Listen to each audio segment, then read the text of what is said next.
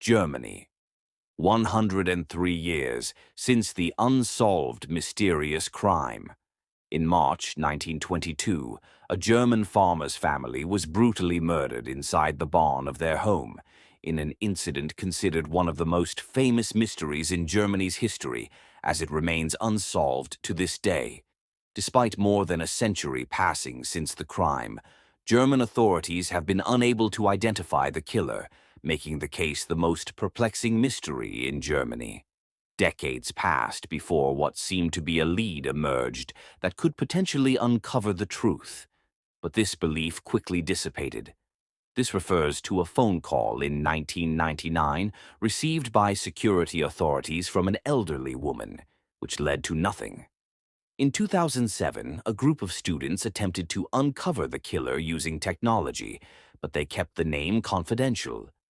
Numerous theories have circulated regarding the perpetrators of this crime, but none have reached a conclusive answer, and the German police have not arrested anyone in connection with the crime.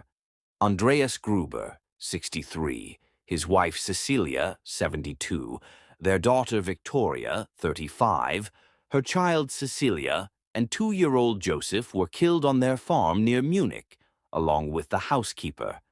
Neighbors discovered the bodies after 4 days, as Cecilia, the granddaughter, failed to attend school, and letters accumulated in the family's mailbox.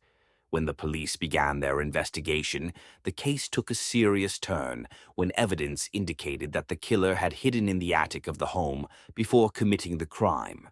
Andreas was found days before the crime with a newspaper he hadn't purchased himself. Neighbors reported seeing new tracks leading to the house in the snow during a time when he had not left. On the evening of March 31st, the family members were lured to the barn where their necks were struck with an axe, and little Joseph was horrifically killed in his bed. Adding to the horror of the story, the former housekeeper who had worked in the home resigned, saying she felt the house was haunted due to strange noises she claimed to have heard. Yet the new housekeeper did not escape death, as she was also killed.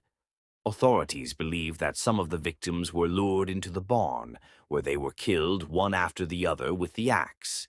Investigators concluded that young Cecilia survived several hours inside the barn, where she was tortured, including having her hair pulled from her body.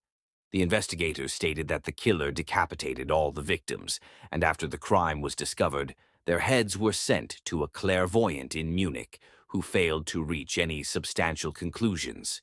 Strangely, these parts mysteriously disappeared. Rumors circulated about an incestuous relationship between Andreas and his daughter Victoria. Even to this day, this case remains one of the oldest unsolved mysteries in Germany, despite an elderly woman contacting the police in 1999.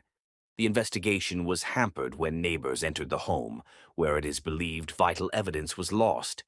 The police thought the crime was motivated by robbery that escalated into mass murder, but they found a large sum of money untouched. It appears that the killer remained for some time after the crime, calmly eating and feeding the livestock.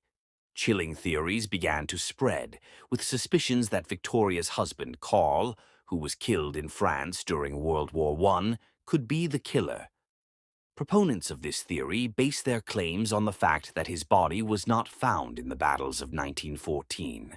Suspicion also fell upon the man who discovered the bodies, Lorenz Schlittenbauer, who was also a suspect after having had a relationship with Victoria.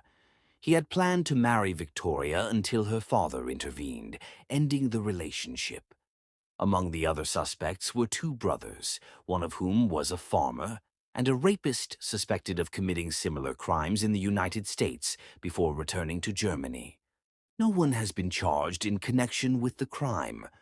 All the decapitated bodies of the family were buried, and the farmhouse was demolished less than a year after the brutal killings. In 1999, an elderly woman contacted the authorities claiming that her former landlord had information about the murders, but that person had died. In 2007, a group of students began investigating the killer using modern technology, and all agreed on one suspect. However, Everyone pledged to keep the name of the killer confidential to protect their relatives.